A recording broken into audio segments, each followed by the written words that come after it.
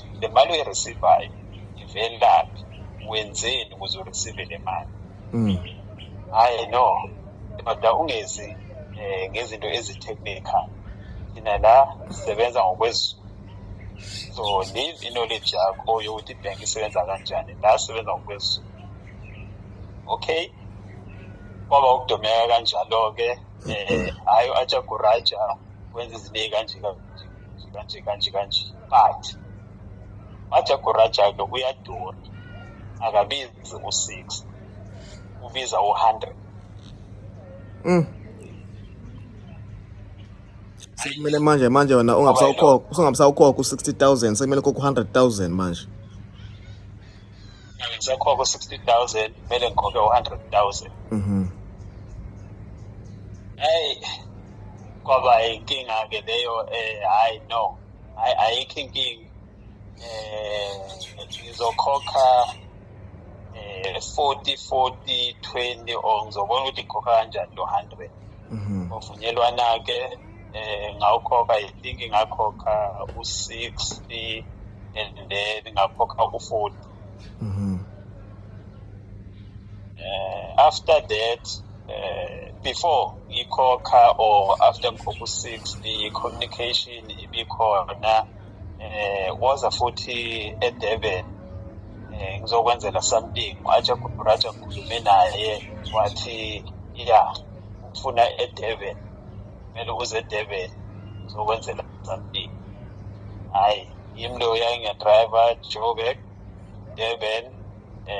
Safika lapho ofisini lakhe, kuyahlalwa and then sahamba kwamanye amathuna lapha eThekwini eDown. Kunamanye amathuna nje yiwa khona, kuyahanjwa kuyiwa kwelinye ithuna kuthiwa lo mlungu waye-rich ini agubhe ezinye izinto-ke kule thuna, phinde ayigqibe. Hayi nguye-ke umlungu lo mlungu lo ube-rich kabi.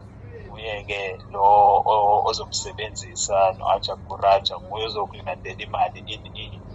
Okay, ibe khona i-communication inyana-ke ngoba akabhadaleki kwaphelela. Uthe angathola i-40 le ebisele umuntu wanyamalala. Sa-answer amafoni. Makwenzekile nge-mistake wa-answer wangezwa ukuthi yimi, uyayivala and then at the end of the day wagcina ingiblockile. Hayi ngazama-ke ongiphuma ngaphi emasayidini nakhona uyablock. Bayiposta amavidiyo, ngiyakhomenta wonke amavidiyo.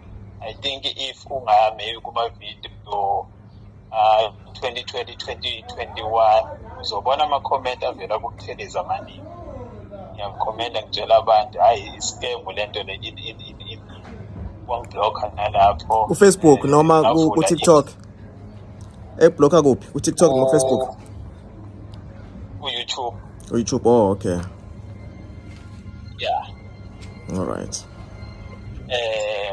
Ukuthi-ke angithi njengoba ngisebenza ngapha eSouth Africa ngiya ngokuvakasha mangi-off eSouth Africa, so isikhathi sokwenza i-follow up lento ayikho kakhulu.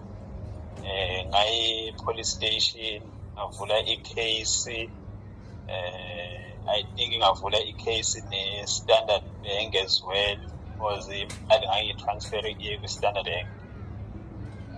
I-case-ke emaphoyiseni kwaba yilokho futhi ukuthi angikwazi ukwenza i-follow up because suke kuwama-holiday eSouth Africa, 2 weeks, 3 weeks, then ngiyabuya.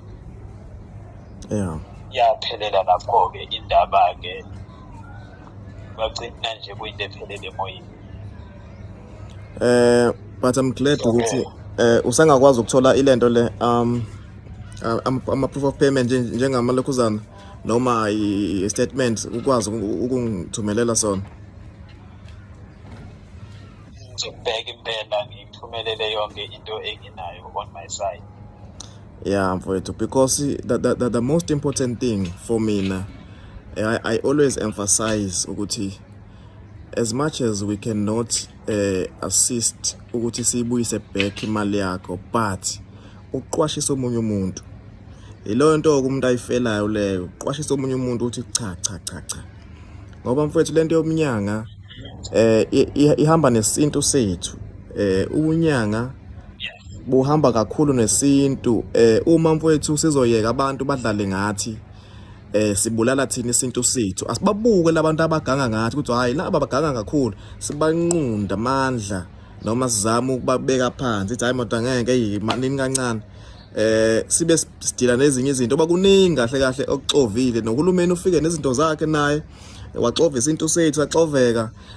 Napa nalabantu laba benza lento nje ngoba yazi ukuthi umthetho wase South Africa nje uyabavuna vele, bengenza noma ngabe yini. And futhi ayikho icase ongayivula aboshwe lo muntu enxa ukuthi udla imali yakho kanje, ngeke azaboshwe. And bayazi ba-aware ukuthi ngeke baboshwe. And ngisho methanda mefona uyakuthuka abanye nje ngihlezi ngidida amakhesi abo. Ngithi ngiyafona ngithi usibani bangafona bethe kunaye la uyamkhumbula ethe ngiyamazi ethi yabo nje lokho nomnye lomhlophe ngekebala okathuka umuntu kabi lapha. Amthuke ngenhlamba mfowethu. Babe rude mfowethu, yabo uyazi ukuthi ngeke umenze lutho, ngeke azaboshwe, ngeke azenze lutho vele kuyafana.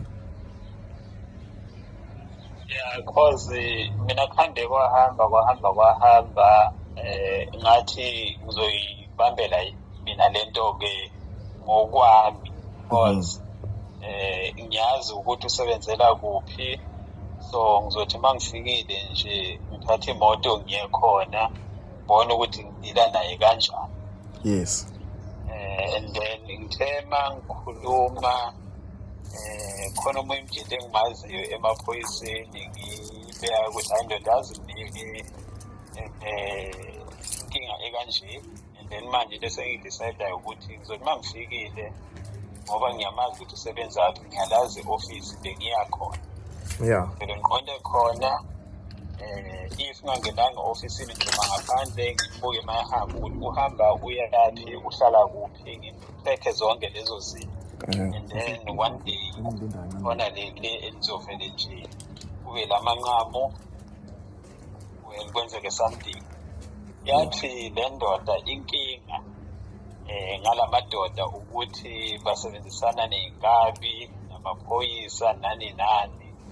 So wathi ba-dangerous kakhulu ngoba bazokubulala, bakubulalele ukuthi imali yakho.